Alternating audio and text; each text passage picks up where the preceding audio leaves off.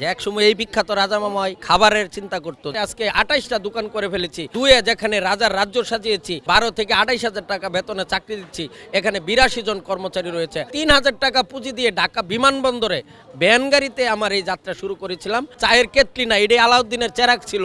যদিও আসলেও এখন আপনারা বিখ্যাত রাজামামা বলতেছেন, যে একসময় এই বিখ্যাত রাজামাময় একসময় পেটের দায়ে মানে খাবারের চিন্তা করতো, যে এক মুঠ খাবার কেমনে খাবো, যে যদি ওই ভাই বিয়ের দাওয়াত দিত, ওই ভাই আমাকে খাবার এরতো।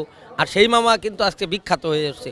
আসলেও আমি একসময় দুবাই ছিলাম, দুবাই আবুধাবি আলসাবে হোটেল ছিলাম। সেখান থেকে আমি এই মানুষের সোনা গয়না আনে, আমি কিন্তু সোনা গয়না নিয়ে আসি নাই, আমি কিন্তু চায়ের কেটলি নিয়ে এসেছি। কিন্তু আমার মনে ভয় ছিল বাংলাদেশে এই চা খাবে কিনা, যেহেতু আমি 5 টাকা দামের চা খাইছি, খিদা লাগলে হয়তো বনরুটি খাইছি। কিন্তু বাংলাদেশের মানুষ যে এত শৌখিন, যে এই চা 50 টাকা দিয়ে সিরিয়াল ধরে আজকে এই বিখ্যাত রাজা চা খাচ্ছে। আপনি দেখেন, আমি কিন্তু 6,000 টাকা বেতনের জন্য চাকরি পিছিয়ে দৌড়াইছি বাংলাদেশও। যেহেতু আমার কোনো সার্টিফিকেট ছিল না, ঢাকার শহরও ঘুরছি, 6,000 টাকার চাকরি পাই না। আমি আজকে 12 থেকে 28,000 টাকা বেতনে চাকরি দিচ্ছি। এখানে 82 জন কর্মচারী রয়েছে। আমি শুধু একা নয়, আমি কৃতজ্ঞ।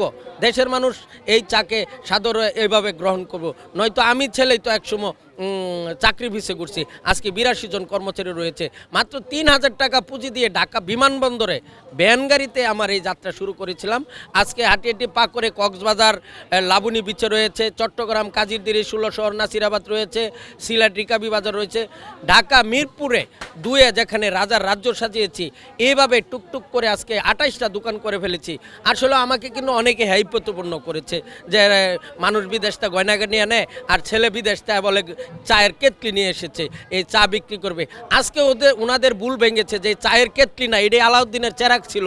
নয়তো যে ছেলে ভাত খাইতে পারছে না, যে ছেলে চলতে পারছে না, যে ছেলের বাবা মাটির কাজ করতো, দিন রুজে খেয়ে উঠতো, ওই বাবার ছেলে আজকে ফ্ল্যাটের বারিন্দায় বসে থাকে। এটা একটা বিশাল পাওয়া। আমি কৃতজ্ঞ। কোনো কাজই ছোট নয়।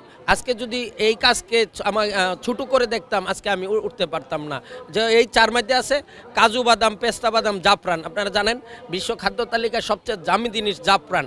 এবং মজার বিষয়, এই চাতে কিন্তু আমরা পানি ইউজ করি না, দুধের উপর পাতি দেই, যার কারণে মানুষ উচ্চ বইরা বীর সিরিয়াল দেখে। নয়তো আমার মতো ভ্যানগাড়ির দোকানদার, বহু দোকানদার বাংলাদেশ রয়ে গেছে। এরকম 2018 থেকে 28টা দোকান বাংলাদেশ স্থাপন করবে, এরকম ইতিহাস আছে কিনা জানা নেই। তবে আমি মানুষকে খাওয়াইছি, আমি মানুষকে ভালোবেসেছি। প্রতিটা কাস্টমার আমাকে অভিযোগ দিলে তাকে আমার অভিযোগ নিয়েছি। এখনও যদি বলে আমার চাটা ভালো হয়েছে না, অন্তর ভেঙে যায়, কেন চাটা ভালো হলো না, ওনার মন না কোথায় কি হইলো। এখনও আমি প্রতিটা ব্যবসা কি মনে করব, যদি মনোযোগ সহকারে কোনো ব্যবসায়ী ব্যবসা করে তাহলে হবে। আসলে দেখেন, এই চা দিয়ে চা বিক্রি করেই কিন্তু আমি আন্তর্জাতিক বাণিজ্য মেলায় পুরস্কার পেয়েছি, এবং কক্সবাজার জেলা প্রশাসক আমাকে প্রথম স্থান পর্যটক উপলক্ষে অনুষ্ঠানে পুরস্কার দিয়েছে। এবং আমি হ্যাপি, যেখানে আমি খেতে পেরেছি না, আজকে আমি সংসার পরিবার নিয়ে অনেক হ্যাপি।